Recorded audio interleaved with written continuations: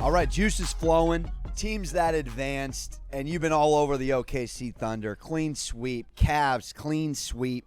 Let's start out with them, as most of these series in the first round, Sean, are wrapped. Just overall perspective here. Cavs, Thunder. Let's start out with your Thunder here. Anything in round one that changes your perspective more zero. so than you're already on? I knew that they looked exactly how I knew they would look. Complete domination. The first two games, let a little bit off the hook in the third because they knew the team couldn't keep up with them. They end up coming back from down 25 or 30, whatever it was, when Ja Morant goes down. Then once Ja was out, it's done and done. But this team is the real deal, man. And I'm telling you, in my opinion, I believe the Clippers were the West's only hope. I think the Nuggets are a really, really bad matchup for that specific team in the Thunder. I could see that. Jokic is going to be able to do whatever he wants offensively for the most part, but nightmare for Jamal Murray, nightmare for Michael Porter Jr. and the rest of those guys. So Russell Westbrook, nightmare, the Thunder. Christian Brown, nightmare.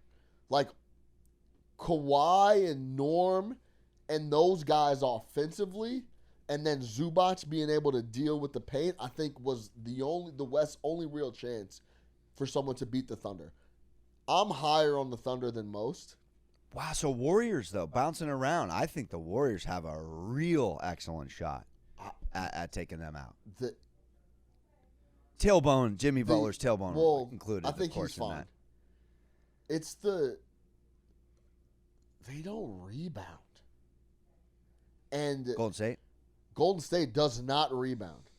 And you know who the hardest team in the NBA to get a clean look off on is? The Thunder. So you're going to be one and done every time down because you don't create offensive rebounds. The only reason the Rockets are even hanging around is because they clean the glass and get second and third. I know, they're mopping them on the glass. All day long. So now, if you are playing the best perimeter defense in the NBA in the Thunder, and you get one shot at it, and if we're being honest, they have the young guys that can chase Steph around for hours and hours. Much younger. If they don't put Jimmy on the free throw line, they got to ask. They have guys for Podziemski. They have guys that could. No one's going to slow up Steph. He can be, but he's Steph Curry. They have the guys that could wear those dudes out. I over a 7-game series with the games being played in Oklahoma City. That's fair. Well, we'll talk about that series more. We'll go bounce into the Cleveland. Yeah. 4-0. They bury. Is Heat culture, as you would say, dust now? Obliterated those. They obliterated. I did not see that happen. Hero was like, we're not getting swept. Obliterated the Heat. It's over I said it in this very seat. The situation with Miami is extremely stale. Outside of Jimmy Butler literally strapping those guys to his back and carrying them in the bubble. So whatever your thoughts are on the bubble, fine. Still a great run from Jimmy. They go to the finals again with Jimmy. Completely straps them on his back. Outside of that, piss poor regular seasons for several years now. Like 6 or 7. Yeah. Spo, great coach. The roster really hasn't been there. It's been a lot of, they've been skating on the 2 runs from Jimmy and then the overarching Pat Spo Heat culture thing. But I think that's over. Shout out my guy Raheem Palmer. He said maybe Heat culture is just having like Hall of Fame players that are really good and can compete all the time. Maybe that's what Heat culture is. Because you remove those guys, they looked atrocious. Part of it is I believe the Cavs are the real deal, especially offensively, and they're extremely deep. Garland didn't play the other night. They didn't even blink. Are you starting to look at the Cavs? You can go back to MSG. Donovan Mitchell doesn't play. Garland plays. They don't blink. Like, are they Celtics-esque? Are they the baby Celtics when it comes to next man up? Because we've seen the Celtics. They're Drew Holiday. They're deeper than the Celtics. They have more guys than the Celtics. So, so Cleveland, you come out of the 4-0, new information. Now you still remind me where you're at with Cleveland and Boston. It's 1 and 1A, but like, do you still off these Celtics in 5, Cavs in 4 feel any new type of way? More so maybe coming about into the Cleveland. playoffs, I picked Cavs Thunder. I think the Cavs are going to win the East. I think they are that legitimate. I picked the Cavs pre-playoff run. Incredible. I think it's going to be a sensational Eastern Conference Finals if the Knicks don't make a run and that ends up being the matchup. All right. The Cavs have shown who they are the entire season from the start. They've been pure offense all year long and play enough defense that they can compete. But offensively, their second unit is crushing other teams. Their second unit is incredible. Like it's not even a discussion on what's going on. Ty Jerome and all these other guys are just destroying units. Imagine just having Jerome and Hunter and all these guys as your 6th, 7th guys. 8th guys. Like, they're destroying units. So guys looking are playing at 25 minutes. Yeah, so what is your takeaway on just this Boston Celtics team coming off the Magic and a little banged up? Let's just start with the overall health, because the health, you got the knee, and Tatum's mom, as we joked on the pod, was waiting outside, needed me to go make a house call with the wrist. Now Drew's missing a couple of games, and they can skate by against Magic. Yeah. But can they in the second round here? And it's locked in, right? It's almost, but Pacers are going to be dancing against Cleveland. So Boston knows they're either getting Detroit or New York. This rest is paramount for them. The Knicks did them a huge favor. So any reset here with a few days off, looking at Boston heading into likely the Knicks here, but maybe even past that on the East spectrum. Yeah. Magic were a great matchup for the Celtics. They don't have any offense.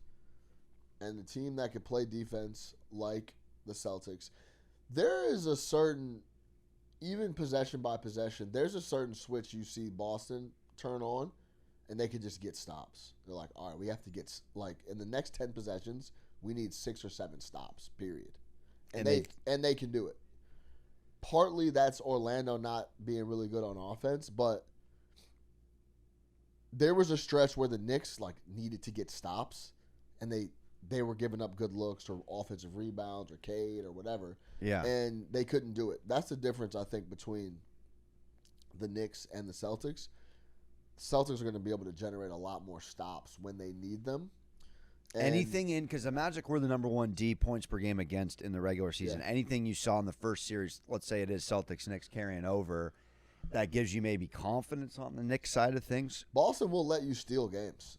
They'll just, like, kind of lackadaisically not be involved. They did. They dropped another one. They dropped a game to Orlando. They had no business losing any games to Orlando. And it wasn't the game they lost in Boston? No, it was game 3. It was in Orlando, yeah. So no they will do that. They will let you hang around, and you can steal a game, and that could flip a series. Are they as physical as we think they are? Because when you come off like this is like UFC boxing. I like that theory for playoffs. You're playing against a more physical Pistons team. You're not going to get that same physical challenge, but the talent is a whole nother, JV to varsity. Yeah, absolutely. Offensively, the talent's JV to varsity. It's funny. What the Pistons mucking up the game and competing with the Knicks have to figure out a way to just, like, break this cycle of what the Celtics want to do on a possession-to-possession basis. Take a little Pistons into the series. Take a little Pistons into the I agree. Into the Celtics if they see those guys in the second round. Also, I always think it's funny. Every year I talk about this. The second round, if you want to sound like you're a ball knower, call the second round the semifinal. So you'll hear people say, like, oh, this is the semifinal. And, like, it confuses people that, like, aren't super locked in. It's just the second round. Yeah, it's just the second. Yeah, it's like, what? This is the semifinal? It's more prestigious to say the semis? This is like the semifinal. Like, this is the semis. And then people get confused. So if you want to sound like you know what you're talking about with your boys, say, oh, yeah, they made the semis last year. So went to 7 in the semis. Yeah, they went to 7 in the semis. People are like, oh, wow. Come on. Doesn't that sound stronger than they went to the second round? So much stronger. No, they didn't go to the second round. They went to the semis. Think about the Madness tournament. Yeah. Second round, Sweet 16. Well, third round, Sweet 16. Yeah. But the semis. Call it the semis. Bucks Pacers reaction. Got to get your thoughts. Now, I saw it in real time. Obviously, Dame takes a wind out of the sails at, was it Pfizer Forum, whatever it's called over there? And Pfizer? Yeah, Pfizer with a V at the end. Pfizer with a V, yeah. Let's talk about this. This is interesting. We used to fear deer. A lot of ways to go with this, but in short, taking it off of the wrapping of the series, the Bucks are up 7 with a little bit over 60 seconds to go. They completely bottle it, to use an English Premier term, and I'm sitting here flabbergasted, but a lot of theatrics after. Giannis is an unreal lad where he's clearly an alpha male, but he's so respectful. So when he was watching Haliburton's dad, wave his son's face in his face after the L, it took a little bit to get hot, but a lot of tempers flaring there at the end. A little bit of theater if you want to comment on it. But the Pacers take care of business. Yeah, I thought the Bucks looked unbelievable in that game, believe it or not, without Dame. They are better defensively without Dame. No doubt.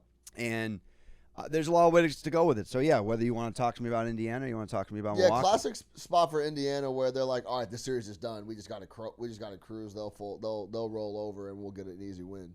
And that's the exact opposite what always happens in those spots. They took it for granted that they were up 3-1 going home and that they thought they would just skate to a dub.